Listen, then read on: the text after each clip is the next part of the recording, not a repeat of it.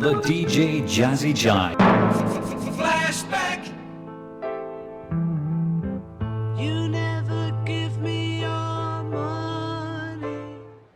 Now, you brought me in an exceptionally rare guitar with an even more interesting story behind it. But let's focus on the make first. It's a make I rarely have ever seen. Tell me a little bit about the maker. So this is Bartels of California, in Riverside, California, in the 1960s. They're making some new models of guitars. And this is a very rare one because this was a prototype. It's a fretless guitar. That's what makes it unique, and it's pretty much the only one that was made by Bartels. So 1964 to 68, maybe, during that period. And then the story goes that the company owner has always said he gave one to John Lennon and he gave one to Jimi Hendrix. This is the Lennon one. Yeah. So, Ray, you're the owner.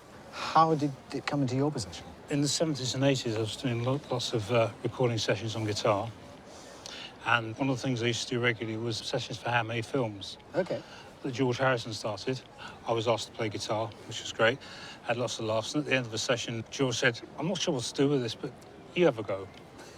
And I just got, you know, handed the guitar. It's a strange little thing to play because it's not like a fret. So, I mean, it can play things like... things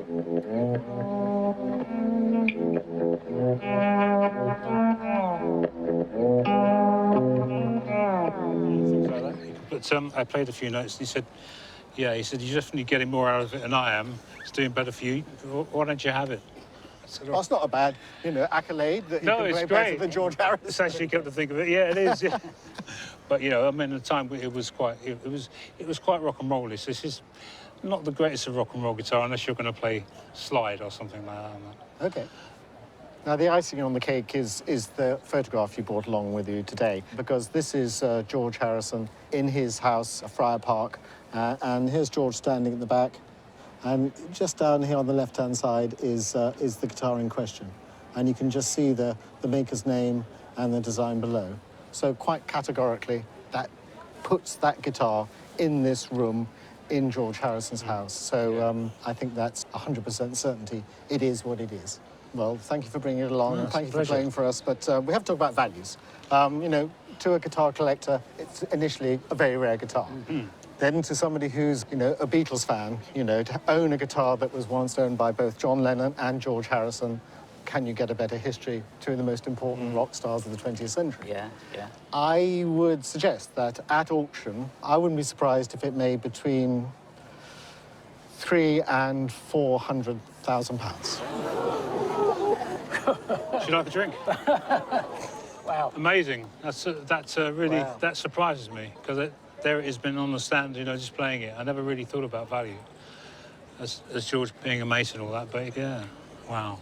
So good thing you were there on the day, in the recording session, and he gave it to you. Yeah. And here it is today. Well, thank you very much. Yeah. Give us another song. Oh, give you another song, right, okay.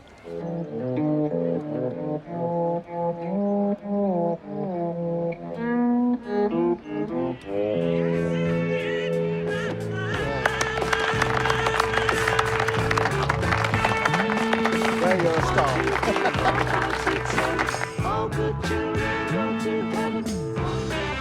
I think in 25 years, it's by far the most expensive thing I've ever seen. I don't know. Actually, I'm really taken aback by it. I didn't realise it was worth that much money.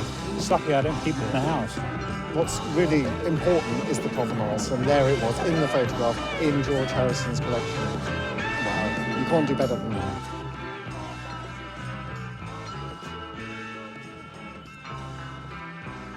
I think we should rename this roadshow the Beatles Roadshow, because the first two members of the public I met this morning both had fantastic pieces of Beatles memorabilia.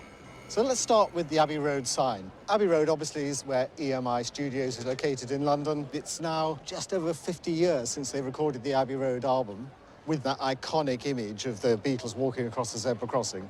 And if you go there today, you will find hundreds of tourists there every day, 7 days a week, taking photographs and walking backwards and forwards over that famous zebra crossing. So it is an iconic place. How did you get the sign?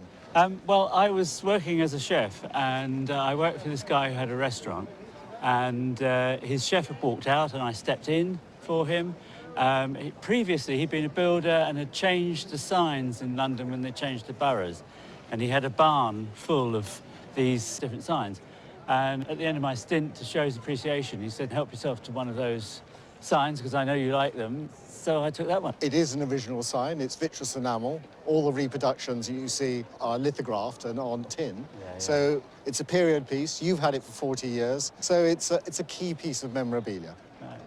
And the other item I have is this rather cool jacket. Obviously yours. It is, yes. Again, what's the history? Who did it belong to? It belonged to Paul McCartney. I was a child, but I lived in Liverpool first and then on the Wirral between 63 and 66. And my parents, particularly my mother, was very friendly with Paul McCartney's first cousin. And Paul McCartney came to visit them quite a few times, and I met him as a child. I didn't realise the significance of it, but I did meet him as a child. And then when we moved away, she gave my mother that jacket. I've done a little bit of research, and it sort of appears that he wore this jacket at the Albert Hall. I think they played there a few times between 1963 and 65, which sort of ties in with his style. And on one of those concerts, it was one of the few times they actually performed with the Rolling Stones. If only I could have been there at that concert to see the two iconic groups, the 60s together, would have been wonderful. If this jacket could talk, it'd have a lot to say.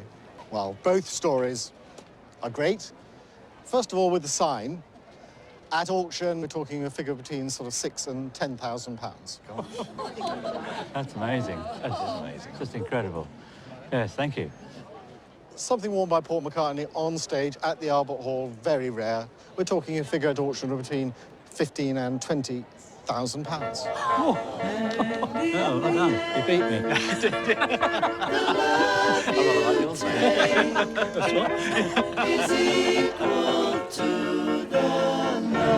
Amazing to see that guitar, isn't it? And we're a long way from Liverpool here in Battle in East Sussex, but we've seen several things connected with the Beatles and some great values. But remember, money can't buy you love. Bye-bye.